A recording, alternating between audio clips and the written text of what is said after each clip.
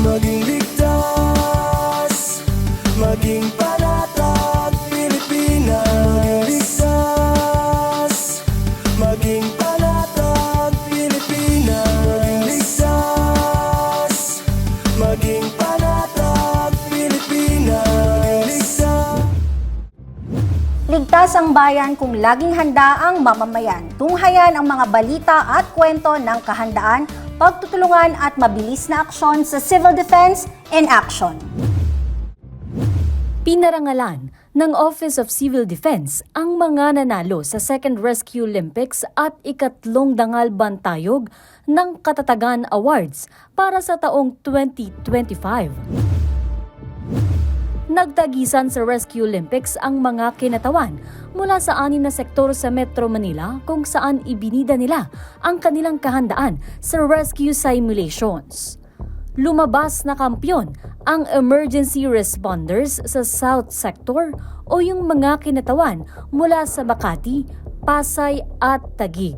The champion of the 2025 Office of Civil Defense Rescue Olympics, the GMMA Collab Edition, is no other than the South Sector! Nakuha rin nila ang Best Runtime Award. Pumangalawa naman ang East Sector o ang mga kinatawan mula sa Pasig at sila rin ang itinanghal na Best in Technical Rescue. Sa Dangal Bantayog ng Katatagan naman, 4 na individual ang binigyan ng parangal dahil sa kanilang mahalagang ambag sa pagpapalakas ng disaster resilience sa bansa. Si FIVOX Director Teresito Bacolcol ang ginawaran ng dangal ng Pilipino sa pagpapaunlad ng kagalingan at katatagan. Kay retired Vice Admiral Alexander Pama naman, ibinigay ang dangal ng Pilipino sa pagtataguyod ng pribado at pampublikong katatagan. Ipinagkaloob ang dangal ng Pilipino sa pag-agapay sa ligtas na sambayanan kay Senador Loren Legarda.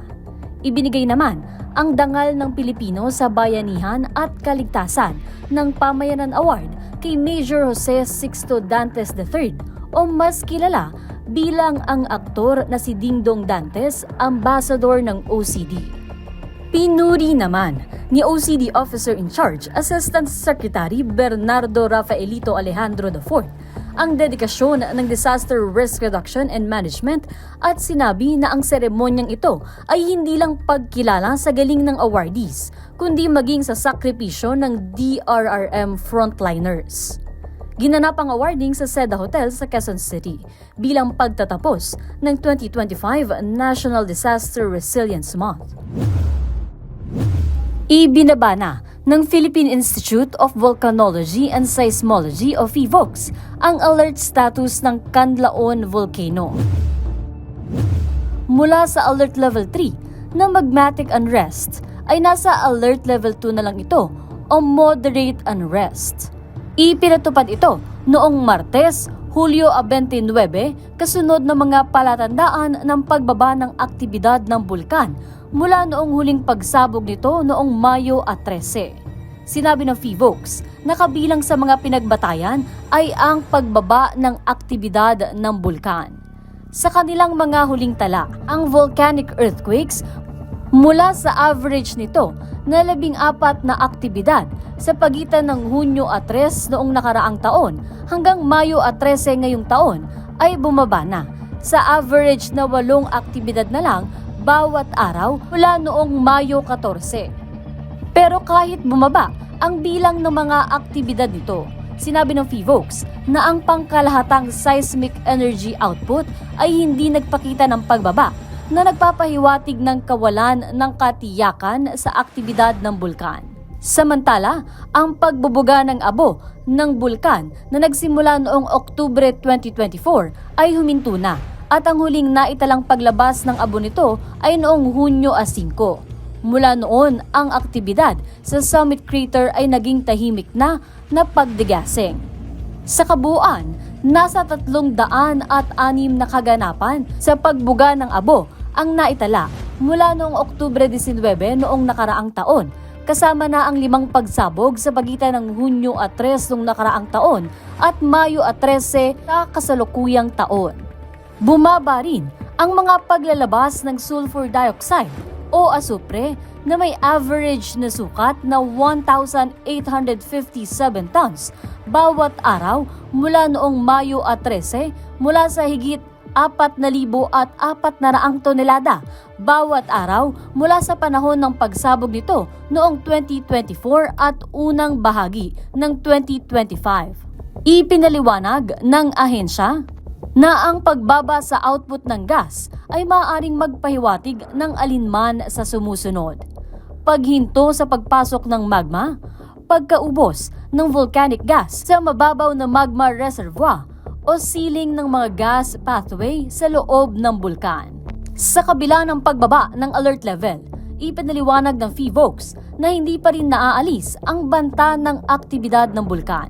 Dahil dito ay piniyagan na ang ilang mga bakwit na matagal na naninirahan sa evacuation centers na makabalik sa kanilang mga bahay.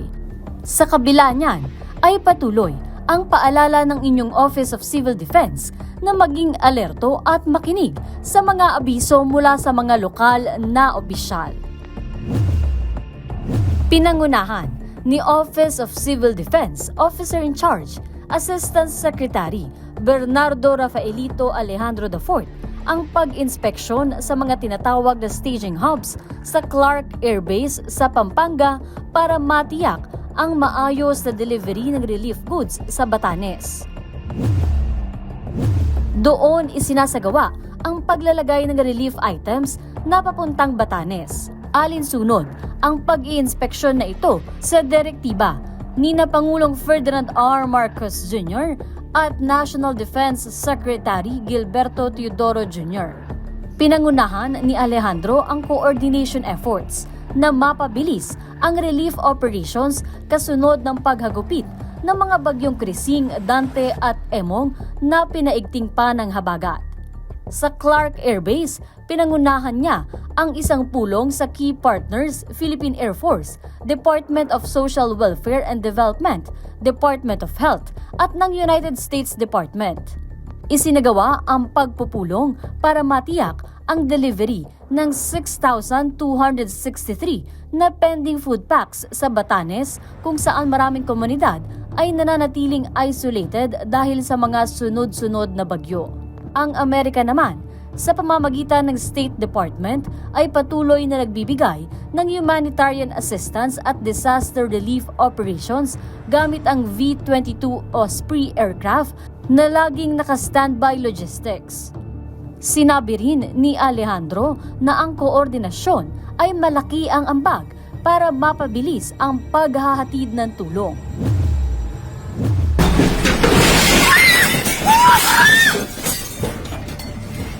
Napasigaw sa takot ang nasa bahay na ito nang yanigin ng magnitude 8.8 na lindol ang silangang bahagi ng Kamchatka Peninsula sa Russia. Kita kung gaano binayo ang lugar at naglalaglaga ng mga gamit.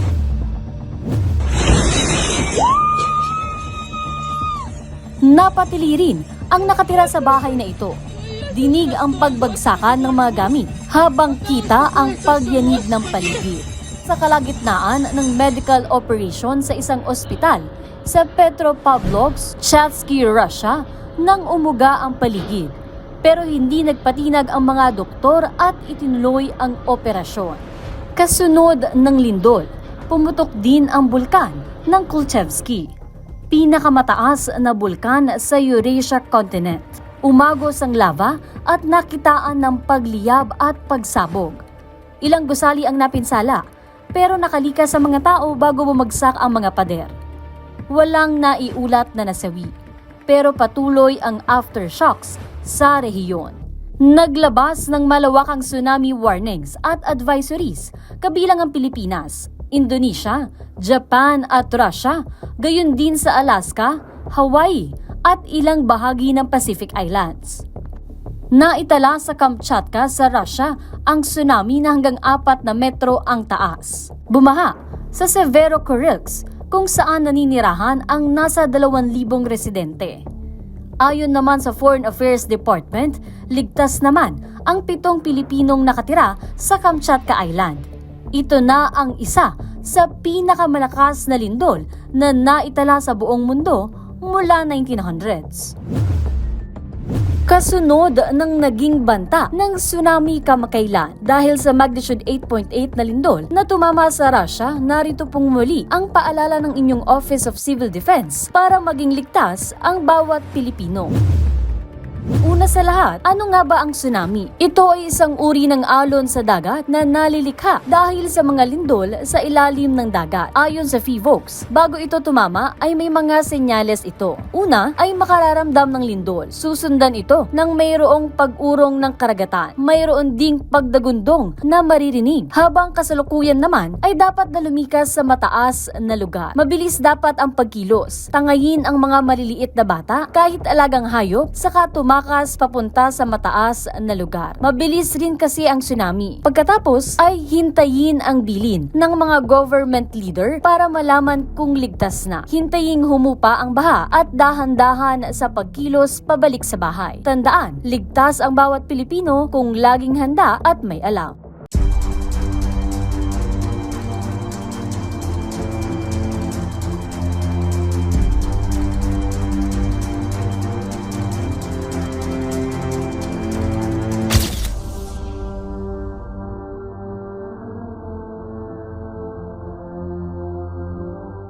Malawakang pagtugon ang isinasagawa ng pamahalaan sa mga lugar na matinding naapektuhan ng habagat at mga bagyong Krising, Dante at Emong. Sa Ilocos Sur, nagsagawa ng aerial recon ang Office of Civil Defense Region 1 kasama ang Philippine Air Force Tactical Operations Group 1 para tukuyin ang lawak ng pinsala sa mga bayan sa timog ng lalawigan. Gamit ang Black Hawk helicopter, inilipad ang family food packs mula Vigan Airport papunta sa bayan ng Sugpon para masigurong makararating ang agarang tulong sa mga apektadong komunidad.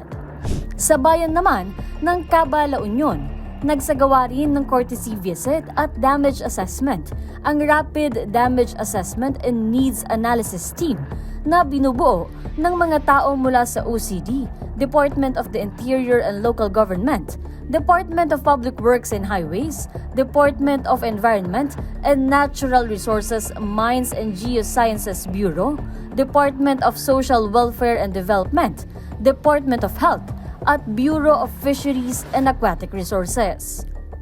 Isinagawa ang panayam sa mga key office ng lokal na pamahalaan para matukoy ang lawak ng pinsala at mga agarang pangangailangan ng mga residente. Layunin nito ang makabuo ng tama at kumpletong ulat para sa nararapat na mga interbensyon at recovery actions. Samantala, naghatid naman ng non-food items, shelter repair kits at family hygiene kits ang OCD Cordillera sa Baguio City Police Office at Barangay Fairview bilang tulong sa mga naapektuhang pamilya sa Cordillera. Habang malaki ang naging papel ng Bureau of Fire Protection Cordillera sa paghahatid ng mga ito sa mga lugar na mahirap mapuntahan dahil na rin sa sunod-sunod na sama ng panahon. Sa Iloilo City naman, pinarangalan ng OCD Region 6 ang mga local disaster risk reduction and management officers sa kanilang natatanging serbisyo sa pangangalaga sa kaligtasan ng publiko. Pinangunahan ito ni OCD6 Regional Director Raul Fernandez at nilahukan ng mga kinatawan mula Aklan, Antique, Capiz, Guimaras at Iloilo City. Layon nitong mapagtibay ang kahalagahan ng kanilang trabaho at serbisyo sa pagsagip ng buhay lalong-lalo na sa panahon ng kalamidad. Habang sa National Capital Region naman, nagdaos ng oryentasyon ang OCD-NCR para sa mga kasapi ng media bilang bahagi ng pagtatapos ng National Disaster Resilience Month 2025. Lumahok dito ang mga private at public media organization na may layuning palakasin ang papel ng media sa pagpapakalat ng tamang impormasyon sa panahon ng sakuna at kalamidad. Sa Eastern Visayas, tinalakay ni OCD Region 8 Director Lord Byron Torrecarion ang kahalagahan ng DRRM at climate change adaptation sa mga bagong opisyal ng lokal na pamahalaan. Binigyang diin ni Torrecarion ang pag-i-integrate ng DRRM CAAM sa local planning bilang bahagi ng pambansang estratehiya para sa paghahanda sa mga lokal na pamahalaan. Lalo na't sila ang pinakamalapit na otoridad sa mga bayan-bayan at komunidad. Dito rin binigyang halaga ang paghahanda sa mga komunidad para sa mas ligtas na bagong Pilipinas. Ayon naman sa ulat ng Department of Agriculture, umabot na sa 3 billion pesos ang tinatayang pinsala sa agrikultura na nakaaapekto sa mahigit 73,000 magsasaka at mangingisda.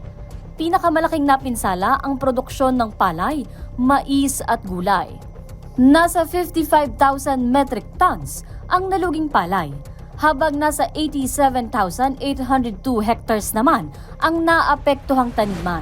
Bilang tugon, patuloy ang koordinasyon ng DA sa mga regional field office nito, kasama ang mga lokal na pamahalaan at mga ahensyang kaakibat sa disaster response para matugunan ang epekto ng habagat at mga bagyong Krising, Dante at Emong sa mga magsasaka at mangingisda.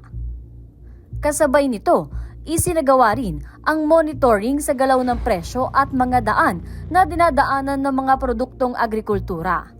Pinatupad din ang price ceiling sa mga lugar na nasa ilalim ng state of calamity, alinsunod na rin sa Republic Act 7581 o ang Price Act para mapigilan ang sobrang pagtaas ng presyo ng mga bilihin. Pinawi ng Philippine Institute of Volcanology and Seismology ang mga banta ng panibagong tsunami kasunod ng magnitude 6.7 na lindol na tumama na naman sa Russia. Nangyari ang lindol sa Kuril Islands. Ayon kay FIVOLCS Director Teresito Bacolcol, hindi ganoon kalakas ang naturang lindol para makalikha ng tsunami waves at hindi na rin ito nasundan ng anumang aftershocks. Maaga aniya silang nagpalabas ng mga abiso para mapawi na agad ang mga nagpapakalat ng fake news kaugnay nito. Pero kasabay niyan, ginulantang ang mga residente ng Kamchatka sa Russia pa rin dahil matapos ang halos 600 taon ay biglang pumutok ang Krasheninnikov volcano. Makakapal na usok at nagbuga ng mga abo ang nasabing bulkan. Nagkaroon ng bahagyang pagyanig ng lupa at kaunting tsunami na umakyat ng 3 metro dahil sa pagsabog nito. Samantala, kinumpirma rin ni Bacolcol na nananatili pa rin sa Alert Level 1 ang Mayon at Taal Volcano at wala rin silang naitalang volcanic earthquakes sa nakalipas na 24 oras. Gayunman, aniya, nakapagtala ang Canlaon Volcano ng 5 volcanic earthquake at mula sa Alert Level 3 ay ibinaba na ito ngayon sa Alert Level 2. Laging tandaan na bawat segundo ay mahalaga. Ligtas ang bayan kung handa ang mamamayan, kaya't mainam na laging handa anuman ang ganap. Dahil sa bagong Pilipinas, walang maiiwan. Ako po si Danny Lagman at ito ang Civil Defense in Action. Maging ligtas, maging